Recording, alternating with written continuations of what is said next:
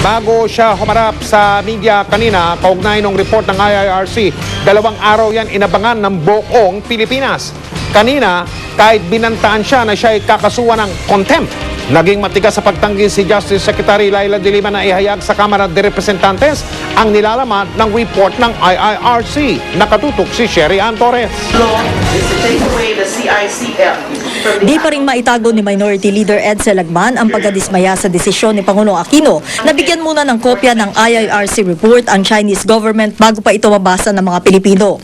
Isa raw itong pagbaliwala sa obligasyon ng pamahalaan na maging bukas o transparent sa mga Pilipino. More than a question of courtesy to the Chinese authorities, I think it is incumbent on the President to perform his obligation to the Filipino people, that it should be this nation who should first know about the contents of your report.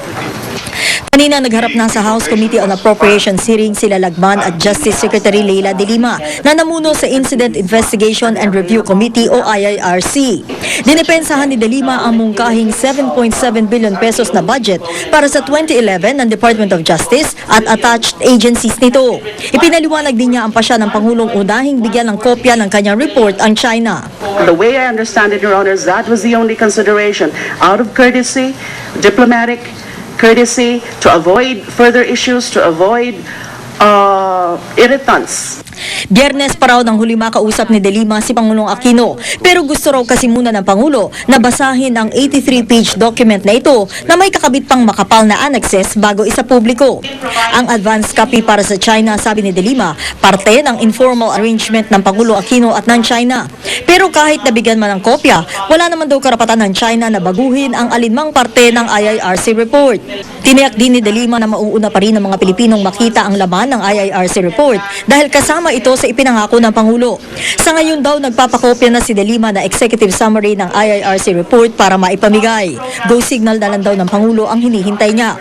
Ang paliwanag ni de Lima, tila kapos pa rin sa panlasa ni Lagman. The obligation of the President has been met or fulfilled already when he expeditiously directed a joint investigation. That obligation is utterly incomplete.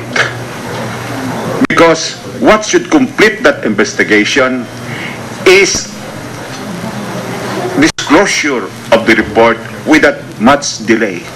Dakong hulitin ng kapang pilitin ni Lagman si de Lima na ihayag ang IIRC report matapos niyang aminin na may dala siyang kopya nito. Are you risking a contempt of this committee for refusing to disclose to this committee the findings and recommendations of your report, despite the fact that you're asking this committee to increase your augmentation in your budget? So be it, Your Honor. If contempt citation is warranted, then yes, I will. Sherry Ann Torres, Nakatutok, 24 Oras. At habang inihintay po ng lahat yung pagbubunyag ng nilalaman ng report ng IIRC, ay mainit na talaga yung mga mambabatas dahil ayon sa kanila, binibitin yung pagsasumpubliko ng IIRC report. Tinanong ng ilan, bakit daw kailangan mahuling matanggap ang impormasyon ng mga Pilipino? Nakatutok si Ruth Cabal. I believe the President owes it to his constituency.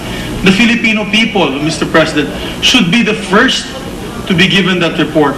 I move that the Senate formally requests the IIRC to be given or to be furnished copies of the report.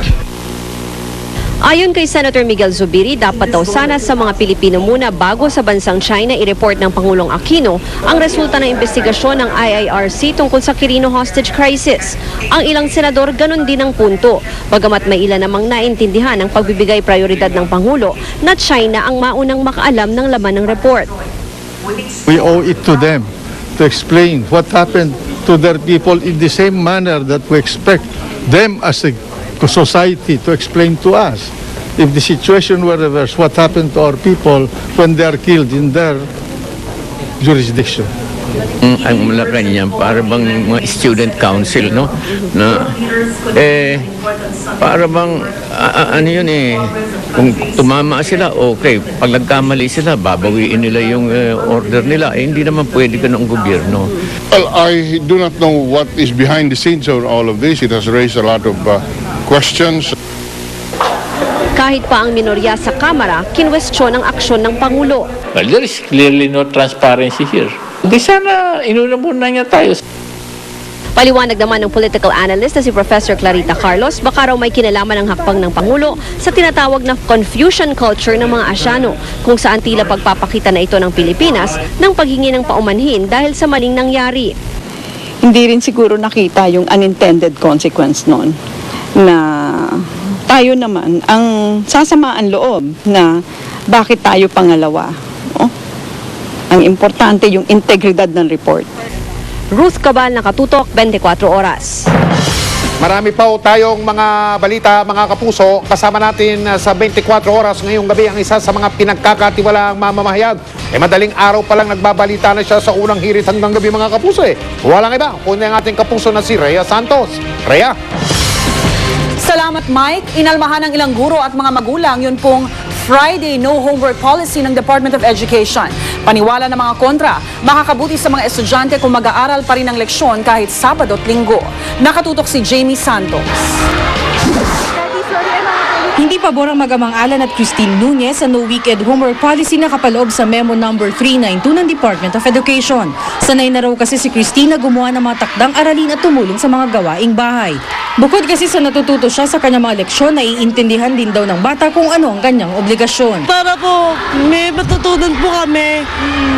Kailangan po kasi may assignment po para po pag wala pong ginagawa po sa bahay, may ginagawa po kami. 2 hanggang 3 shifting ng klase sa eskwelahang pinapasukan ni Christine, ang General T. De Leon Elementary School. Kaya para sa kanilang punong guro, importanteng nauunawaan ng mga bata ang mga araling itinuturo. Ang bata kailangan bigyan ng assignment dahil diyan makikita ang kwalidad ng pag-aaral ng bata kung nakakonsib ba na mabuti sa guro, sa turo ng guro. Pumapalag din sa memo ang grupo ng maguro na tumatayong pangalawang magulang ng mga bata. Ang hina ng retention. So, tunuro mo ngayon, maya-maya matisod yung bata, hindi na alam. So, pauuwi mo pa ng 2 araw na wala silang assignment. Hinaing pa nila, ipinalabas ang memo nang hindi man lang sila kinonsulta. Pwede pa nga gamitin tong assignment na to ng weekends na bonding moment ng ating mga mag-aaral at saka ng kanilang mga magulang. Paliwanag ng DepEd, pakay lang naman daw ng bagong polisiya na magkaroon ng child school-friendly system na maghihikayat sa mga estudyante na maglaro at maglibang tuwing weekend. Una na ring sinabi ng DepEd na ang mga guro pa rin ang magtatakda kung gaano karaming takdang aralin ang pwedeng ibigay sa mga bata. Hindi rin naman daw layo ng memo na parusahan ng mga gurong hindi susunod dito. It's advised ang sinasabi natin. Kasi ang teacher pa rin ang siyang siya talaga ang taong nakakaalam kung ano karami ang homework, sinong bibigyan ng homework, kung Friday ba kailangan ba yung homework, desisyonan pa rin niya yan. Jamie Santos, Nakatutok, 24 Oras. 4 na raang babaeng traffic enforcer ang ipinakalat ngayong araw. Sila ang mga bagong reyna ng kalsada na didisiplina sa mga motoristang pasaway. Nakatutok si Dante Perelio. Proud na nanumpa sa harap ni LTO Chief ASEC Virginia Torres kaninang umaga ang 26 na bagong lady traffic enforcers. Pagkatapos ng programa, sumabak agad sila para manghuli ng mga lalabag sa batas trapiko. Ang bawat team, binubuo ng 2 babae at 3 lalaking traffic enforcers na magpapatrolya sa mga pangunahing lansangan.